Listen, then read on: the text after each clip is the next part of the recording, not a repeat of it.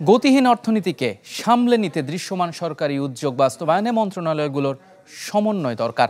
তবে আইন শৃঙ্খলা ও আর্থিক খাত সুসংহত না হলে ভেস্তে যেতে পারে কাঙ্ক্ষিত সময়ে নির্বাচন সহ সংস্কারের সব উদ্যোগ।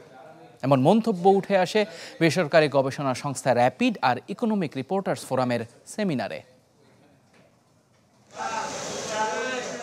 গেল কয়েক বছর ধরেই সাধারণ মানুষের বড় ভোগান্তি নিত্যপণ্যের চড়া দাম, যা সামলাতে বিচ্ছিন্ন উদ্যোগ নেওয়া হলেও কাজের কাজ হয়নি কিছুই, বরং দেখা দিয়েছে আগামী কয়েক মাসে তা লাগামহীন হবার শঙ্কা। বাজেট নিয়ে আলোচনা হলেও এদিন উঠে আসে অর্থনীতির সামগ্রিক চালচিত্র।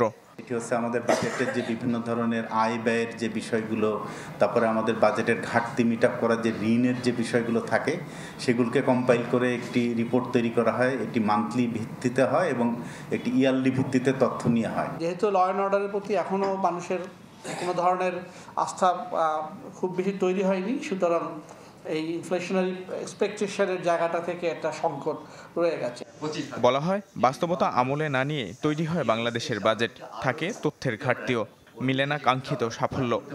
এখন হয়তো যেটা দরকার যে ডিমান্ড সাইড ম্যানেজমেন্টের পাশে আমরা সাপ্লাইটাকে কীভাবে ইমপ্রুভ করব। ইম্পোর্ট র্যাশনালাইজেশন যেটা আছে, কিন্তু সেখানে এসেনশিয়াল আইটেমসগুলোকে প্রায়োরিটি দিতে হবে। ইন ইয়ার রিপোর্ট, যেটাকে আমরা বলি monthly fiscal report, macro update এবং monthly fiscal report ministry of finance করে থাকে, সেটা প্রেজেন্ট হয় কিনা সেটি আসলে আমরা দেখতে পাই না, এবং সেই রিপোর্টটাও কিন্তু অ্যাভেলেবল থাকে না। অন্তর্বর্তী সরকারের উদ্যোগ নিয়ে বক্তারা বলেন, অর্থনীতির ফুসফুস ব্যাংক ও জ্বালানি খাতে সংস্কারের কর্মসূচি ফেরাবে স্বস্তি, তবে দরকার মন্ত্রণালয়গুলোর সমন্বয়।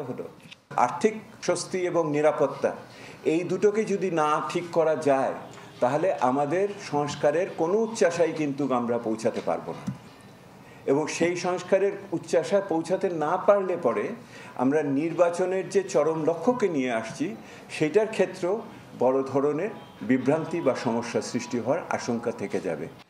সরকারি বেসরকারি বিনিয়োগ ও রাজস্ব আয় বৃদ্ধির গুরুত্ব তুলে ধরে দেবপ্রিয় বলেন, ফেরাতে হবে বিদেশিদের আস্থা। ইমদাদ হক, চ্যানেল 24, ঢাকা।